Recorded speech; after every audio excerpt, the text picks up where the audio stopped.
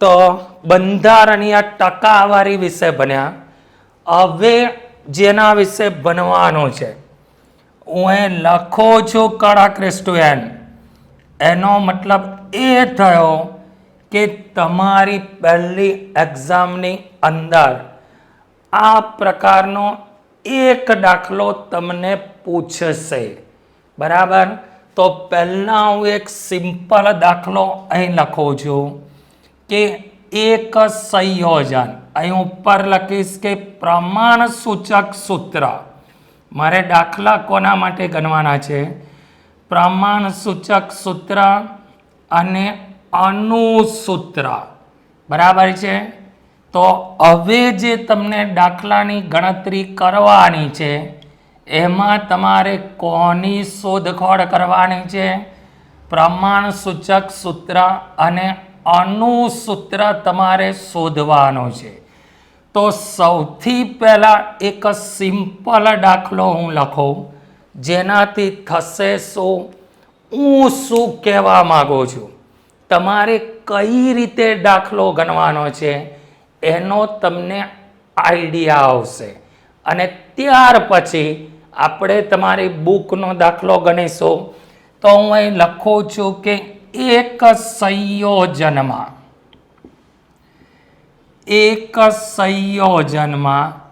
પી અને ક્યુ અસ્તિત્વ ધરાવે છે, એટલે તમારું જે અનુસૂત્ર હશે એમાં કયા બે તત્વો હશે?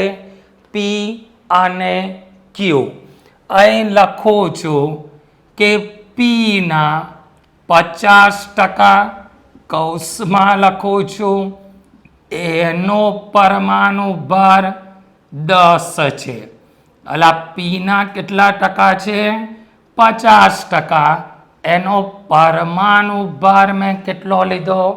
10। જ્યારે ક્યુના 50%, કૌંસમાં લખું છું જેનો પરમાણુ ભાર 5 છે, ક્લિયર? તો તેનું પ્રમાણ સૂચક સૂત્ર શોધો।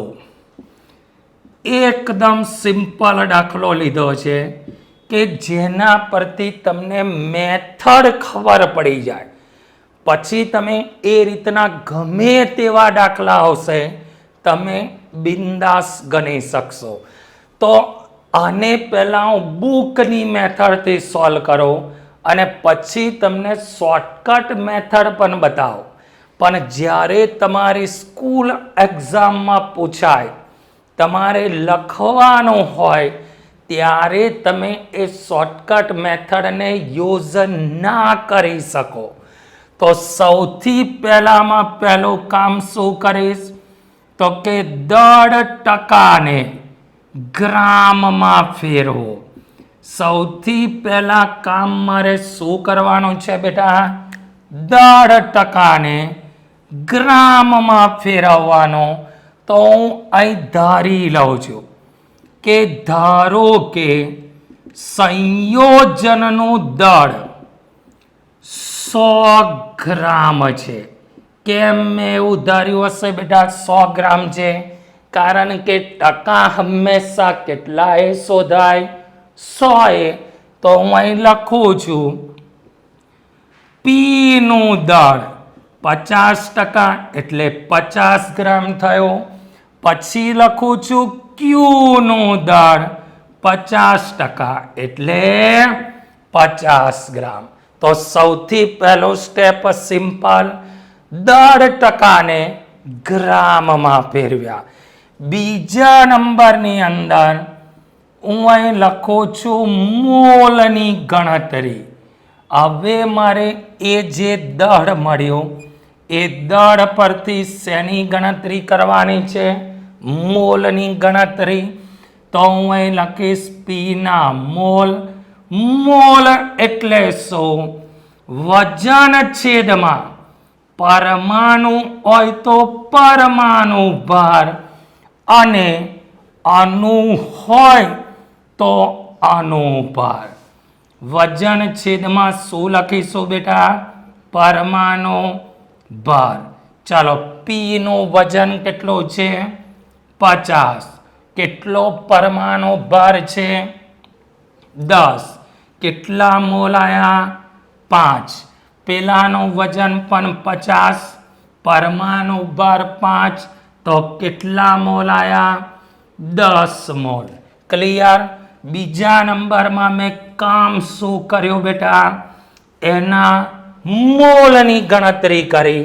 તો પરમાણુ ભાર અહીં તમને પર્ટિક્યુલર એવું નથી આપ્યું કે કાર્બન ને હાઇડ્રોજન છે, તો મને કૌંસમાં પરમાણુ ભાર આપવો પડે, એટલે મેં અહીં પરમાણુ ભાર લખ્યો છે કે આનો પરમાણુ ભાર 10 છે, આનો પરમાણુ ભાર 5 છે. તો બીજું સ્ટેપ બી ક્લિયર. ત્રીજા સ્ટેપમાં હું લખું છું સાદો ગુણોત્તર. સાદા ગુણોત્તરનો મતલબ શું? તમારી પાસે જે બે મોલ આયા એ બેમાંથી જે નાની સંખ્યા હોય ને એના વડે એને ભાગી નાખવાનો. તો હું અહીં લખીશ શું બોલો? તો અહીં લખીશ કે 5 મોલ નાના હોવાથી તેના વડે બંનેને ભાગતા. ચાલો સૌથી ઓછા 5 છે, તો એનો મતલબ કે હું 5 વડે બંનેને ભાગી નાખીશ. તો અહીં મળી જશે કોનું પ્રમાણ? પી નું પ્રમાણ. ચાલો કેટલું આવશે? એના મોલ હતા 5, 5 વડે ભાગું તો અહીં તમારો આવ્યો 1 મોલ, બરાબર છે. પછી તમારો ક્યુ, તો ક્યુ નું પ્રમાણ કેટલું આવશે? ચાલો 10/5 એટલે કેટલા આયા? 2. તમારો યુનિટ મોલ કેન્સલ. ક્લિયર. પી નો 1 આવ્યો, ક્યુ ના 2 આયા. તો હવે એના પછી હું શું લખીશ? પ્રમાણ સૂચક સૂત્ર. ચાલો કઈ રીતે પ્રમાણ સૂચક સૂત્ર બનશે? બોલો. પી અને ક્યુ પ્રમાણ 1:2 હોવાથી તેનું પ્રમાણ સૂચક સૂત્ર. ચાલો પ્રમાણ દર્શાવતું સૂત્ર કયું થયું? પી ક્યુ ટુ. તો આ તમારો આન્સર થયો. સિમ્પલ, એકદમ સિમ્પલ કેલ્ક્યુલેશન છે. પહેલા તમારે દર ટકાને ગ્રામમાં ફેરવવાના, બીજા નંબરમાં મોલની ગણતરી કરવાની, ત્રીજા નંબરમાં એનો સાદો ગુણોત્તર શોધવાનો, અને ચોથા નંબરમાં એના પ્રમાણ પરથી શું નક્કી થશે? એનું પ્રમાણ સૂચક સૂત્ર. તો ક્લિયર બેટા, સિમ્પલ છે. હવે તમારી ચોપડીના દાખલાની ગણતરી કરીએ તો તમને એક્ઝેક્ટ આઈડિયા આવે કે દાખલો કઈ રીતે ગણવાનો છે. આપણા સ્ટેપ તો આટલા ને આટલા જ રહેશે. સૌથી પહેલા શું કરવાનું? દર ટકાને ગ્રામમાં ફેરવો. બીજા નંબરમાં શું કરવાનું? મોલની ગણતરી. ત્રીજા નંબરમાં સૌથી નાની સંખ્યા વડે ભાગીશ તો મળશે સાદો ગુણોત્તર. ચોથા નંબરમાં આવશે પ્રમાણ સૂચક સૂત્ર. તો હવે આપણે ચોપડીની એક રકમ લખીએ. તો એમને લખ્યું છે કોયડો 1.2. ચાલો બીજા નંબરનો દાખલો ગણવાનો છે. એક સંયોજનમાં 4.7% હાઇડ્રોજન. તો હું અહીં લખું છું હાઇડ્રોજનના ટકા 4.07. બરાબર, જે રકમ આપી છે એ હું અહીં લખું છું. પછી કાર્બનના ટકા 24.47, કાર્બનના ટકા 24 47. પછી મને કહે છે 71.65% ક્લોરીન. તો ક્લોરીનના ટકા 71.65. મોલર દર 98.96 છે. તો હવે હું અહીં શું લખીશ બોલો? મોલર દર 98.96 ગ્રામ બાય મોલ. તો પ્રમાણ સૂચક સૂત્ર અને આનું સૂત્ર શોધો. ચાલો સિમ્પલ દાખલો. આપણે જે રીતે હમણાં ગણતરી કરી બરાબર છે એ ગણતરી પ્રમાણે દાખલાને કન્ટિન્યુ કરો. અહીં પહેલું સ્ટેપ છે 10% ગ્રામમાં ફેરવો. ચાલો શું લખશો? ધારો કે સંયોજનનું દળ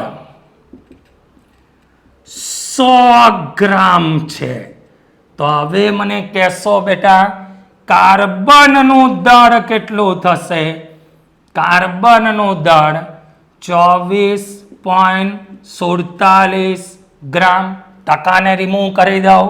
હાઇડ્રોજનનું દળ તો 4.07 ગ્રામ અને ક્લોરીનનું દળ તો કે 71.65 ગ્રામ. તો સૌથી પહેલું સ્ટેપ તો કોઈને તકલીફ ના પડવી જોઈએ કે ભાઈ સંયોજનનો દર 100 ગ્રામ તો કાર્બનનો ટકા રિમૂવ થઈ ગયા તો કેટલું આવ્યું? 24.47. હાઇડ્રોજનનો 4.7, ક્લોરીનનો 71.65. હવે લખ્યું છે મોલની ગણતરી. તો કાર્બનના મોલ બરાબર કાર્બનનું દળ છેદમાં પરમાણુ ભાર. બીજા નંબરમાં હાઇડ્રોજનના મોલ. તો બોલો સૂત્ર. હાઇડ્રોજનનું દળ છેદમાં પરમાણુ ભાર. અને ત્રીજા નંબરમાં કોનું દળ છે? ક્લોરીનનું દળ. એટલે અહીં તમારે ક્લોરીનનું દળ લખવાનું છે. તો ચાલો ક્લોરીનના દળ માટે શું લખશો? ક્લોરીનના મોલ બરાબર ક્લોરીનનું દળ છેદમાં એનો શું આવશે? પરમાણુ ભાર. ચાલો કાર્બન. તો કાર્બનનું દળ હતું 24.47. 12.011. આગળ પરમાણુ ભાર શીખવાડેલો છે.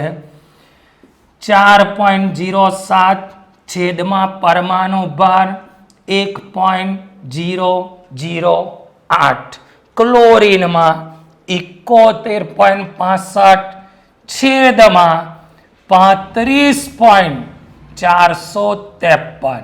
અથવા તો તમે 35.5 પણ લખી શકો. તો હવે આનો ભાગાકાર કરવો પડશે. ચાલો 24.47 ભાગ્યા કેટલા છે? 12.11. તો કેટલું આવશે? 24.47 ભાગ્યા 12.11 એટલે 2.02. લખવાનું ના ભૂલાય. મોલ. ચાલો 4.07 ભાગ્યા 1.008 એટલે અહીં તમારું આવ્યો 4.04. અને ત્રીજા નંબરમાં 35 ને 71 એટલે 71.65 ભાગ્યા 35.453. તો અહીં પણ તમારું કેટલું આવ્યું? 2.02 મોલ. ક્લિયર બેટા? તો ત્રીજા નંબરમાં તમે કિંમત મૂકી, મોલની ગણતરી કરી, ત્રણેયના મોલ મળી ગયા. હવે મારે શોધવાનો છે સાદો ગુણોત્તર. તો આમાં સૌથી નાની સંખ્યા કેટલી? 2.02 તો અહીં આગળ ત્રીજા સ્ટેપમાં હું લખીશ સાદો ગુણોત્તર. ચાલો, સૌથી નાની સંખ્યા વડે ભાગવાનું છે તો હું અહીં લખીશ કે 2.02 મોલ સૌથી નાની સંખ્યા વડે ભાગતા. તો અહીં તમારું કાર્બનનું પ્રમાણ મળશે, પછી હાઇડ્રોજનનું પ્રમાણ મળશે, પછી ક્લોરીનનું પ્રમાણ મળશે. ચાલો, કાર્બનના મોલ કેટલા હતા?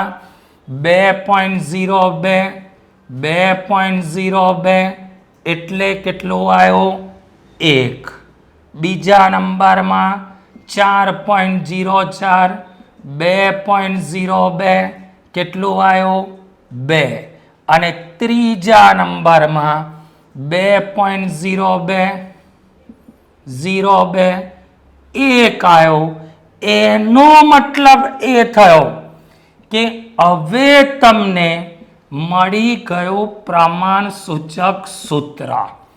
કઈ રીતે પ્રમાણ સૂચક સૂત્ર આવ્યો? તો કાર્બન, હાઇડ્રોજન, ક્લોરીન એનું પ્રમાણ છે 1:2:1. ક્લિયર? તો હવે તમારું સૂત્ર, પ્રમાણ સૂચક સૂત્ર કાર્બનનો 1, હાઇડ્રોજનના 2, ક્લોરીનનો 1. તો આ તમારો પહેલો આન્સર આવી ગયો. તો એકદમ સિમ્પલ કેલ્ક્યુલેશન છે. કઈ રીતે ગણતરી કરી ફરી એક વખત કહો.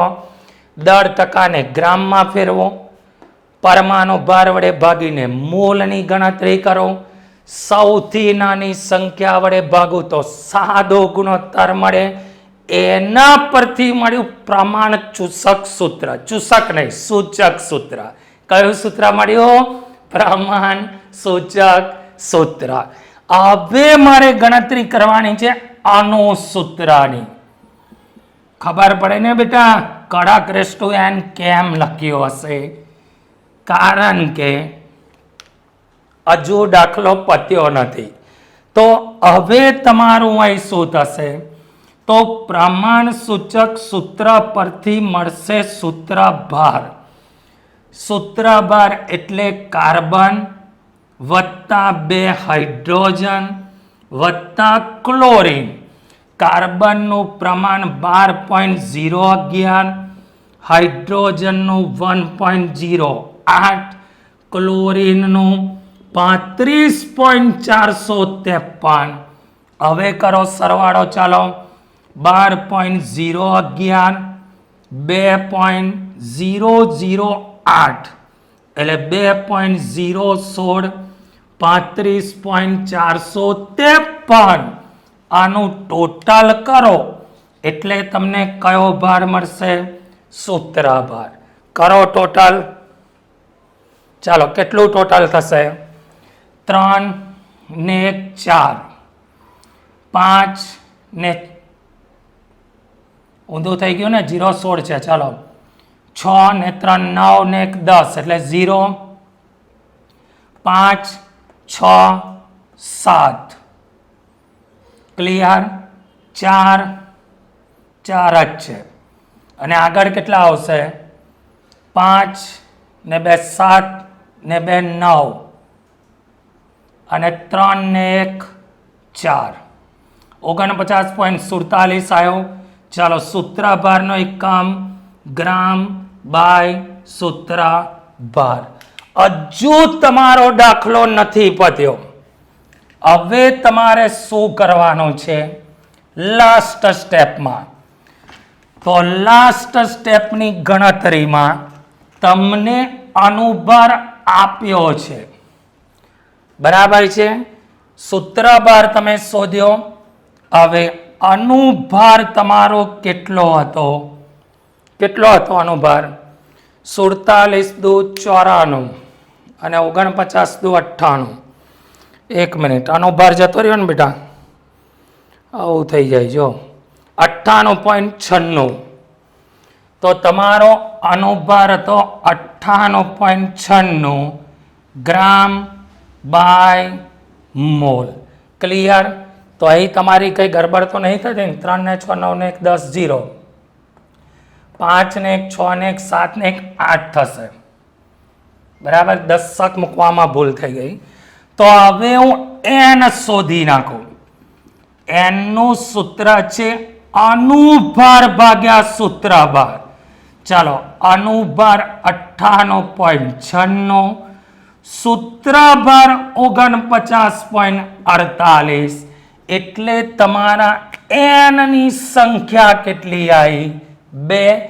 આના પરથી હું શોધીશ આનું સૂત્ર, n ગુણ્યા પ્રમાણ સૂચક સૂત્ર.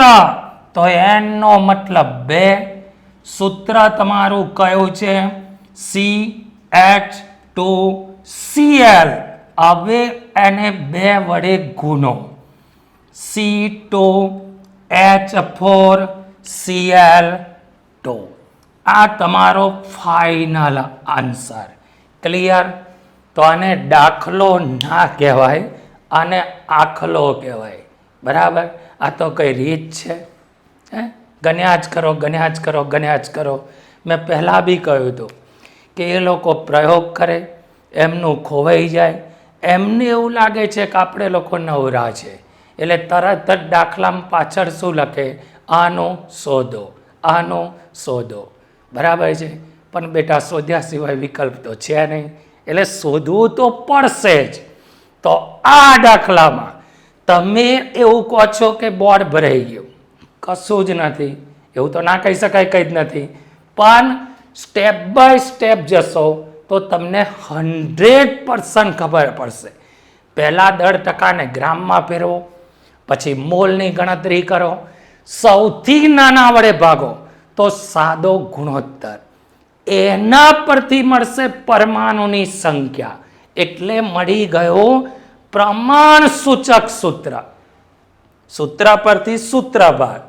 અનુભાર તમને આપેલો છે, અનુભાર ભાગ્યા સૂત્રભાર એટલે n, અને છેલ્લા અનુસૂત્ર કઈ રીતે શોધાય? n ગુણ્યા પ્રમાણ સૂચક સૂત્ર. ક્લિયર બેટા?